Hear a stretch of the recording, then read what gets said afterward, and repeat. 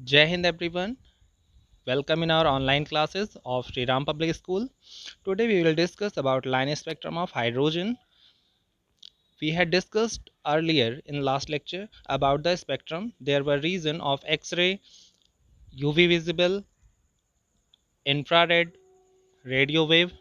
and everything we had discussed about that spectrum. Today we will discuss about line spectrum of hydrogen.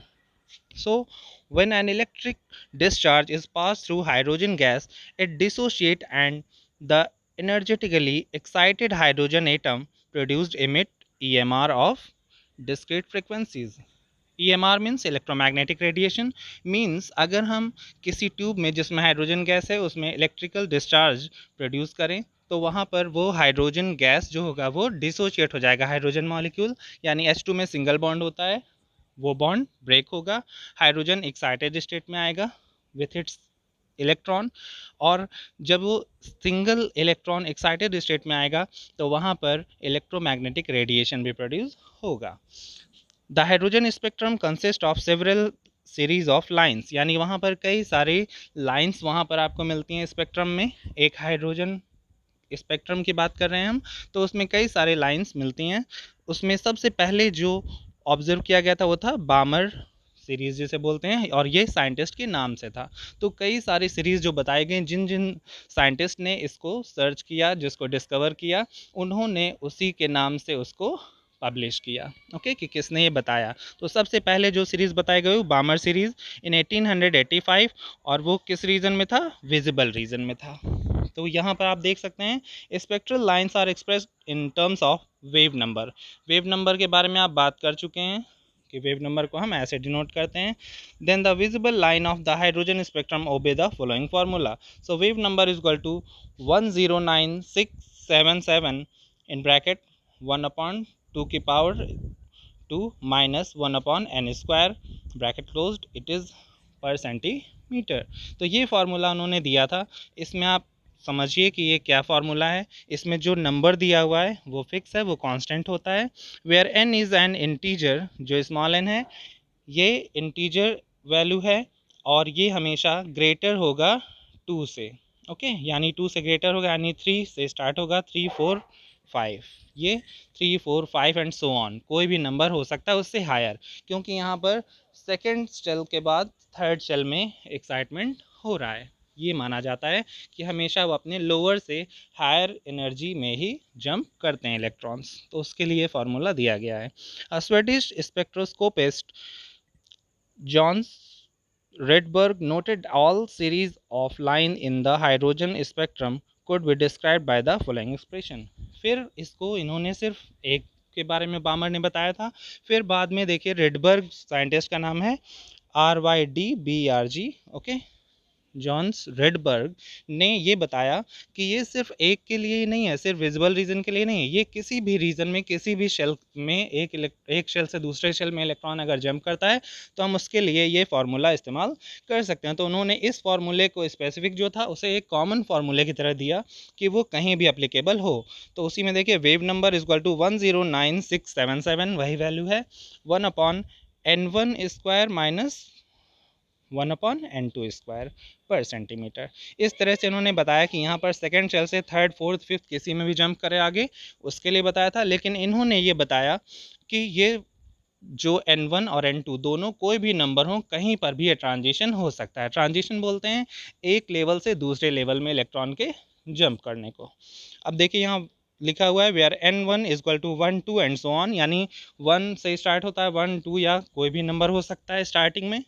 और जो n2 होगा जहाँ jump करके electron जाता है हायर स्टेट में वो हमेशा पहले वाले से ज़्यादा होगा यानी n1 जो भी होगा n2 उसके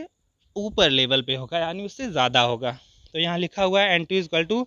n1+1 और n1+2 यानी वो हमेशा उससे एक नंबर ज़्यादा होगा यानी सेकंड वाला है तो थर्ड में थर्ड वाला है तो फोर्थ में फोर्थ है तो फिफ्थ में ही जंप करेगा उससे हायर लेवल पे ऊपर okay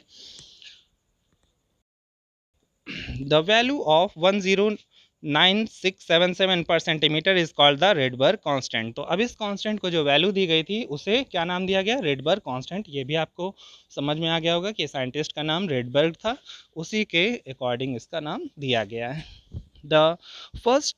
5 series of lines that, इसमें देखिए फिर एक एक करके जो सीरीज बताई गई उसमें वो कितनी मिली, 5 सीरीज मिली, और पांचों सीरीज का नाम दिया गया है अकॉर्डिंग टू साइंटिस्ट, जैसे साइंटिस्ट ने बताया उनके नाम के अकॉर्डिंग इसे बताया गया। इसमें आप टेबल में देख सकते हैं, ये correspond to N1 equal to 1 2 3 4 5, यानी वो जहाँ से ट्रांजिशन हो रहा है, स्टार्टिंग जहाँ से हो रही है, यानी लोअर एनर्जी जो होगी वहाँ से हम देखेंगे, उसका नाम है lemon, बामर, Paschen, bracket end fund series. Okay, respectively. अब देखिए 1 2 3 4 5 के लिए ये lemon, बामर, Paschen, bracket end fund. तो N1 क्या है, जहाँ से यानी कि इलेक्ट्रॉन स्टार्टिंग में है जहाँ पर, और फिर वो जंप करेगा अपने हायर स्टेट में, यानी N1 से N2 में करेगा। तो 1 में है तो 2 या 3 एंड सो ऑन, उससे ऊपर कहीं भी कर सकता है। 2 में होगा तो 3 4 5 6 7 कहीं भी। 3 में है तो 4 5 6 7 8।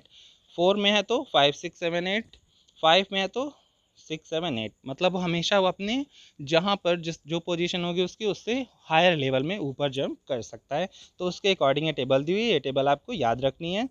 और इसमें देखिए स्पेक्ट्रल रीजन भी दिया हुआ है कि जब वो ट्रांजिशन होगा N1 से N2, जब लेमन सीरीज में होगा तो वो अल्ट्रा वायलेट,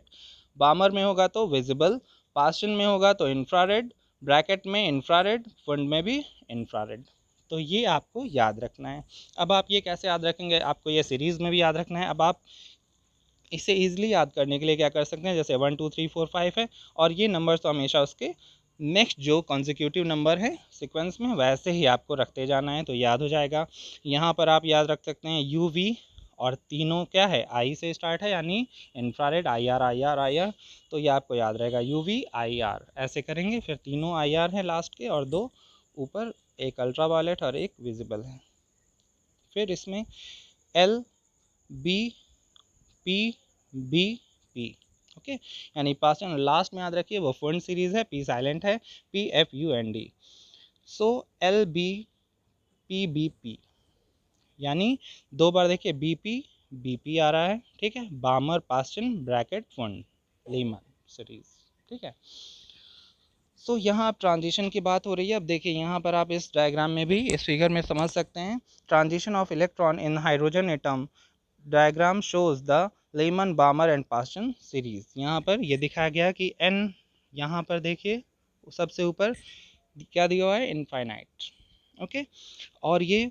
N1 से स्टार्ट है, 1 2 3 4 5 6, और फिर इनफाइनाइट तक ये दिया हुआ है कि ये नंबर कहीं भी हो सकता है। ये क्या नंबर्स हैं, इसको याद रखिए कि अगर आप एटम का स्ट्रक्चर पढ़ चुके हैं, अब आपको पता है कि सेंटर पे न्यूक्लियस होता है, और सेंटर से सबसे क्लोज जो शेल होता है उसे हम N1 बोलते हैं, फर्स्ट शेल बोलते हैं। और फिर उसके बाद वाला नेक्स्ट जो होता है, यानी न्यूक्लियस से दूर जाते जाएंगे, ठीक है, तो 2 आएगा, फिर 3 आएगा, फिर 4 आएगा, यानी उनकी डिस्टेंस बढ़ती जाती है न्यूक्लियस से। सबसे क्लोजेस्ट जो होता है वो N1 होता है। तो वैसे ये कह रहे हैं कि शेल नंबर तो कोई फिक्स नहीं है कि कितने शेल होने चाहिए, शेल तो कितने भी हो सकते हैं। तो वैसे ही इन्होंने बता दिया कि N1 2 N1 N2 N3 N4 N5 के बाद एंड सो ऑन इनफाइनाइट तक।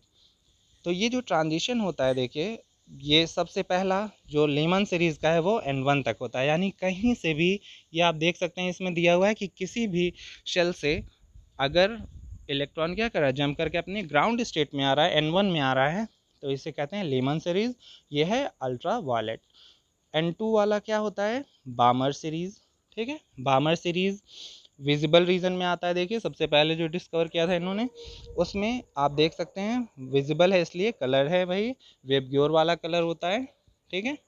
Red green blue violet. और नेक्स्ट जो 3 में आ रहा है, ट्रांजिशन होने के बाद इलेक्ट्रॉन आते हैं, उसे कहते हैं पास्टन सीरीज, वो किस में आते हैं, इंफ्रारेड में। तो ये भी डायग्राम और ये टेबल ये बहुत इंपॉर्टेंट है, इसकी प्रैक्टिस करने आपको कॉपी में बना लीजिएगा, और कॉपी में बनाने के बाद एक बार इसे रिवाइज कर लीजिएगा, ओके। ये एग्ज़ाम में अगर आता है तो आपको ये डायग्राम बनाना आना चाहिए, और आप इसे इसी तरह से बेटर एक्सप्लेन कर सकते हैं। Sorry, more and more complex for heavier atoms. अब देखिए ये बात करें कि हाइड्रोजन की बात हो गई। अब अगर हम बात करें कि और अदर एटम्स के लिए भी इन्होंने अगर ऐसे ही स्पेक्ट्रल लाइंस की स्टडी की होती, तो ये कहते हैं कि हाइड्रोजन में अगर ये कॉम्प्लेक्स चीज़ें आपको मिली हैं, तो और ज़्यादा कॉम्प्लेक्स एटम्स के लिए, और ज़्यादा हैवियर एटम्स के लिए और ज़्यादा सीरीज़ आपको मिलेंगी। लेकिन उनमें कुछ सीरीज़ डिफरेंट भी होंगी और कुछ कॉमन भी होंगी, कुछ चीज़ें मैचिंग भी थी जिससे हमें उसके बारे में इंफॉर्मेशन मिलती है। जैसे there are however certain feature which are common to all line spectra, that is line spectrum of element is unique, यानी हर एटम के लिए, हर एलिमेंट के लिए जो स्पेक्ट्रा पाया गया वो अलग अलग था। इसी वजह से कहा जाता है कि जो स्पेक्ट्रम है, जो स्पेक्ट्रा होता है, वो शो करता है उसकी यूनिक कैरेक्टरिस्टिक को शो करता है, यूनिक प्रॉपर्टी होती है ये उसकी। इसीलिए हमने पहले भी जब बात की थी तो क्या बात हुई थी कि वो फिंगरप्रिंट की तरह होता है जिससे हम उससे आइडेंटिफाई कर सकते हैं। There is regularity in the line spectrum of each element, ठीक है। कुछ यूनिक भी होता है और कुछ चीज़ें कॉमन भी होती हैं, यानी कि उनमें ऐसी कोई चीज़ पाई जा रही है जो सब में एक जैसी होती है, लेकिन इलेक्ट्रॉन्स और प्रोटॉन अलग अलग होने की वजह से उसमें उनका अरेंजमेंट अलग अलग होता है, जिस वजह से हमने इसके इलेक्ट्रॉनिक कॉन्फ़िगरेशन को गेस किया था यहाँ से। Okay, the question which arises are what are the reason for these similarities, यानी कुछ सिमिलैरिटी भी हैं, जो पैटर्न है वो सिमिलर भी हैं, लेकिन सबका जो नंबर है वो अलग अलग है, लेकिन पैटर्न एक जैसा आ रहा है। लाइंस जिस तरह से मिलती हैं स्पेक्ट्रम में वो पैटर्न मैच कर रहा है, लेकिन सब में 100% सिमिलर लाइंस नहीं आती हैं, लेकिन उनका पैटर्न मैच करता है। Is it something to do with the electronic structure of atom, यानी इससे गेस किया गया कि एटम में जो इलेक्ट्रॉनिक कॉन्फ़िगरेशन है, इलेक्ट्रॉनिक स्ट्रक्चर होता है उसका, इससे ये मैच करता होगा। जैसा कि आप जानते हैं कि न्यूक्लियस के बाद शेल होते हैं, और शेल में जो डिस्टेंस होती है और जो नंबर ऑफ इलेक्ट्रॉन्स हैं वो कभी कभी नंबर ऑफ इलेक्ट्रॉन भी सेम हो सकते हैं, लेकिन शेल की डिस्टेंस जो होती है वो सेम होती है, इसलिए पैटर्न मैच करता है। There are the question need to be answered, we shall find later that the answer to these questions provide the key in understanding electronic structure of these elements, यानी ये जो guess किया गया था ये बाद में जब एक्सप्लेन किया गया तब हमें ये समझ में आता है कि इलेक्ट्रॉनिक कॉन्फ़िगरेशन के बारे में भी इंफॉर्मेशन हमें यहीं से मिल सकती थी, और ये बाद में प्रूफ हो गया। ओके ओके स्टूडेंट्स, तो अब आपको ये टॉपिक पढ़ना है और आपको एक कॉपी में लिखना है, और अगर इससे रिलेटेड कोई कन्फ्यूज़न है तो आप इससे रिलेटेड डाउट्स पूछ सकते हैं क्लास में। Okay, thank you.